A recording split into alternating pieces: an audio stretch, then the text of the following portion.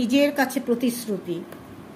কবি নীরেন্দ্রনাথ চক্রবর্তী, কণ্ঠে রীনা চক্রবর্তী।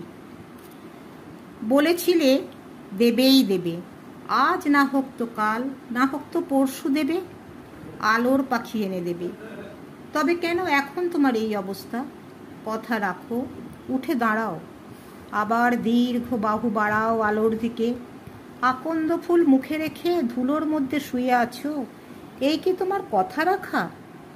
আমি তোমার দুই জানুতে নূতন শক্তি ঢেলে দিলাম, আবার তুমি উঠে দাঁড়াও।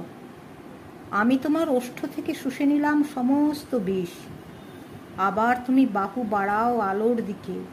রাখো তোমার প্রতিশ্রুতি। যেদিকে চাই দৃশ্যগুলো এখন একটু ঝাপসা দেখায়, জানলা তবু খোলা রাখি।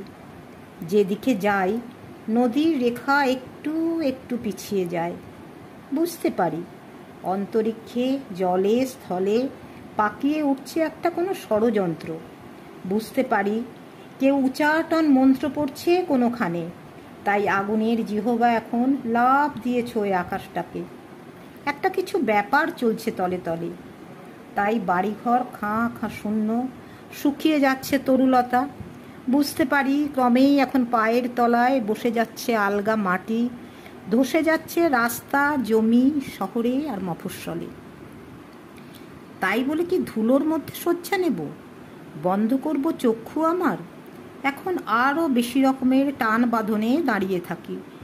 দৃষ্টি ঝাপসা, তবুও জানি চোখের সামনে আজ না হোক তো কাল, না হোক তো পরশু আবার ফুটে উঠবে আলোর পাখি।